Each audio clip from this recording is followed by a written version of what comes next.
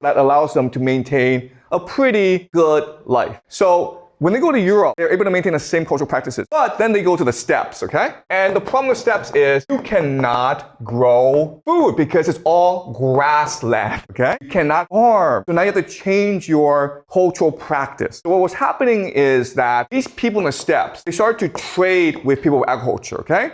Also, you have people in the agriculture who moved to the steppes and they brought with them cows and sheep. And this changed everything because you, as a person, you can't eat grass, but cows and sheep can. So now what you can do is you can base your entire economy around animals as opposed to agriculture, okay? But there's certain problems with cows and sheep, okay? The first problem is that they're expensive. So now you have a concept of private property, money. And this concept didn't really exist before, okay? And so if I see someone with a cow, I don't have a cow, what do? I want to go steal it, right? So this leads to conflict now, war and conflict. And because you have private property and war and conflict, you can't have a system run by women. You need a system run by men. This creates a patriarchy, okay?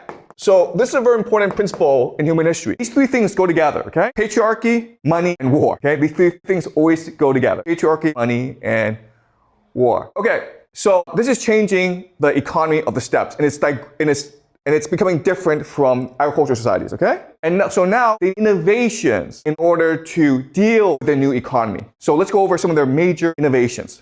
The first major innovation that's very important is the idea of lactose tolerance. You may not know this, but most humans cannot drink milk naturally, okay? So you need to develop the enzymes to drink milk naturally. And so they were able to do that because they were forced to rely on cows and sheep for their food. They had to learn how to drink milk. But when they learned how to drink milk, and they learned how to eat, and they started eating meat, guess what? They became stronger and taller, okay? So for most of human history, the people of the steppes were the tallest people in the world. They were the strongest in the world, okay? That's the first major innovation that changed their history. The second major innovation is horse riding.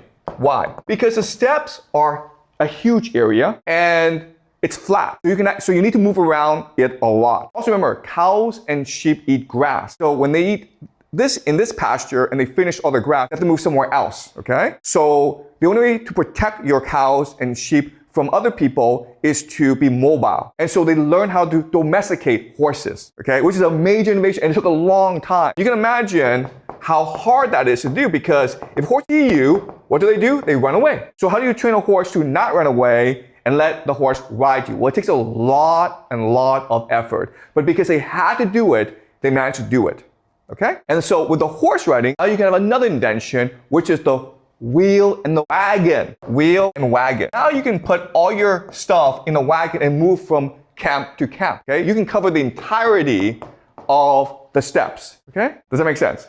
Okay? And because of these three major innovations, you now have a different culture. Okay, so let's go over what makes their culture distinctive from other places. Okay, the first is the idea of patriarchy, where men are in control. And the reason why they're in control is because in the steppes, war is a constant thing, okay? So the culture becomes very masculine, very aggressive. It rewards aggression. It rewards courage, okay? The other thing is that when you have a patriarchy in place, you can have more children, okay? When women are in charge, women tend to practice birth control because they want to make sure that every child is healthy and every child lives to adulthood, okay? They want to avoid the risk of dying in childbirth. They want to avoid the risk of their child dying young, okay?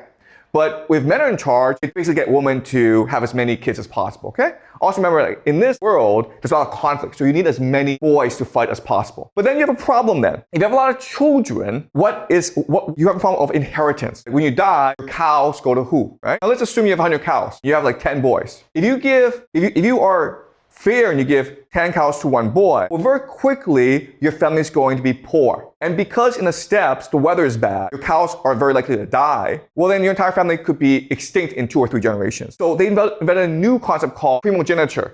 This means that the eldest boy inherits everything.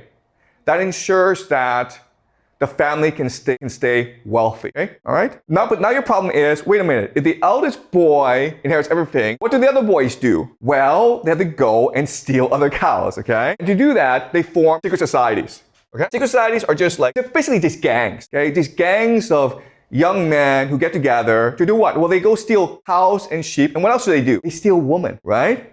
Because, right, like what's the most valuable commodity in the steppes? Well, cows and women. So that's what you steal, okay? So this creates a culture of war and conflict constantly, right? And the third innovation is something called the patron-client relationship. And this is actually or patronage. And this is what allows for the construction of society in the steppes. So remember, in a civilization, you have bureaucracy, you have centralization. But in the steppes, you can't have that because you can't have that many people. So you have a patron-client relationship. And all that means is that it's like a mafia, right? I'm the big brother, you're the little brother. So maybe I have 100 cows and you need cows. So I lend you 10 cows. But now you are loyal to me, okay? I'm the big brother, you're the little brother. And this creates the idea of tribes.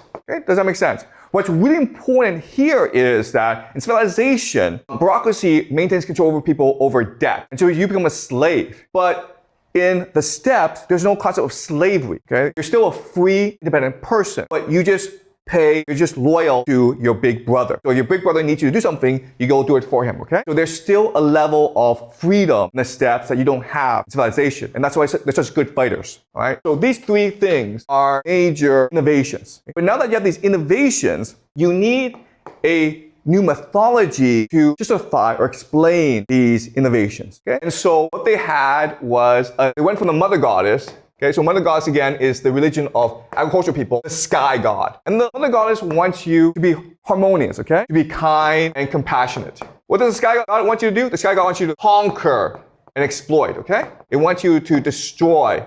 It wants you to kill. It wants you to conquer, to steal, okay? And also in this religion, horses and cows are very important. But as we discussed last class, here, grain and nature are very important, okay? So you see how this works, right? Now, what's important to understand is that because the system does not allow for the creation of a bureaucracy, the steppes always practice open, cooperative competition. And it's a system that forces you to be aggressive. It forces you to be independent, okay? And it forces you to work hard. And that's why people of the steppes are the greatest warriors in human history. And that's why when the steppes people encounter the empire civilization, they usually are able to conquer the empire.